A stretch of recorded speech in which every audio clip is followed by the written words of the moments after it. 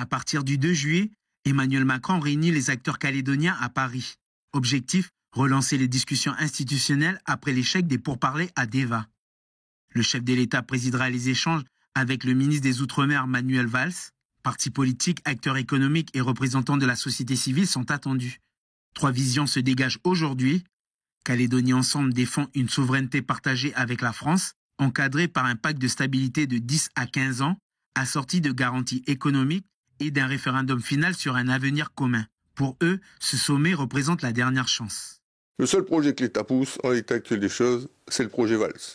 Un projet de souveraineté avec la République qui répond aux aspirations des indépendantistes sur la reconnaissance de la souveraineté et qui répond aux attentes des non-indépendantistes sur la protection de la France, d'une part parce que les compétences régaliennes continueront à être exercées par l'État et d'autre part parce que la nationalité française est de droit.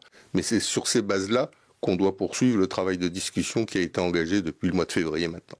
L'éveil océanien se rendra également à Paris avec la même volonté claire de revenir avec un accord politique transitoire. Transitoire, ça veut dire quoi ? Eh bien, la décolonisation se poursuit. Donc, par conséquent, il y aura un nouveau référendum. Nous, on souhaite que ce référendum ne soit pas un référendum tel que nous l'avons vécu, brutal, mais un référendum où les Calédoniens devront choisir entre un État fédéré ou un État associé après une période de stabilité. Le FLNKS revendique la pleine souveraineté pour la Nouvelle-Calédonie avec des nuances selon leurs composantes. L'UNI propose une transition partagée, un accès progressif à l'indépendance et des garanties pour la paix et la reconstruction. Une convention du FLNKS est prévue ce samedi pour préciser sa position et peut-être officialiser la participation de Christian Théin. Le mouvement l'a dit, le projet Valls sera leur base de discussion.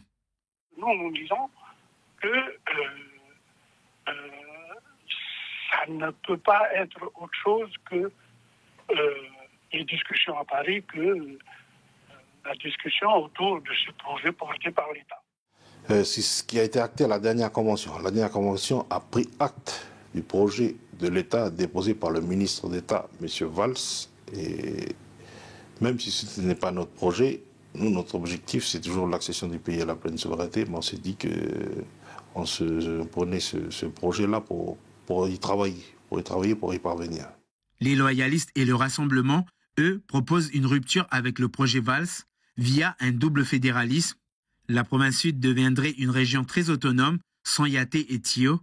La province nord et île des États associés, le tout dans un cadre expérimental de 15 ans avec un référendum à la clé. Donc on n'acceptera aucune solution qui fasse que la Nouvelle-Calédonie ne soit plus française. Mais à partir de là, on est très ouvert et on est très volontariste pour retrouver au moins, même si ce n'est pas des solutions absolues et définitives, des solutions qui permettent à la Calédonie de se relever. 3 visions, 3 trajectoires et un avenir encore incertain. Si pas d'accord, l'agenda national avec une possible chute du gouvernement Bayrou, municipal de 2026, présidentielle de 2027, pourrait peser sur les négociations locales.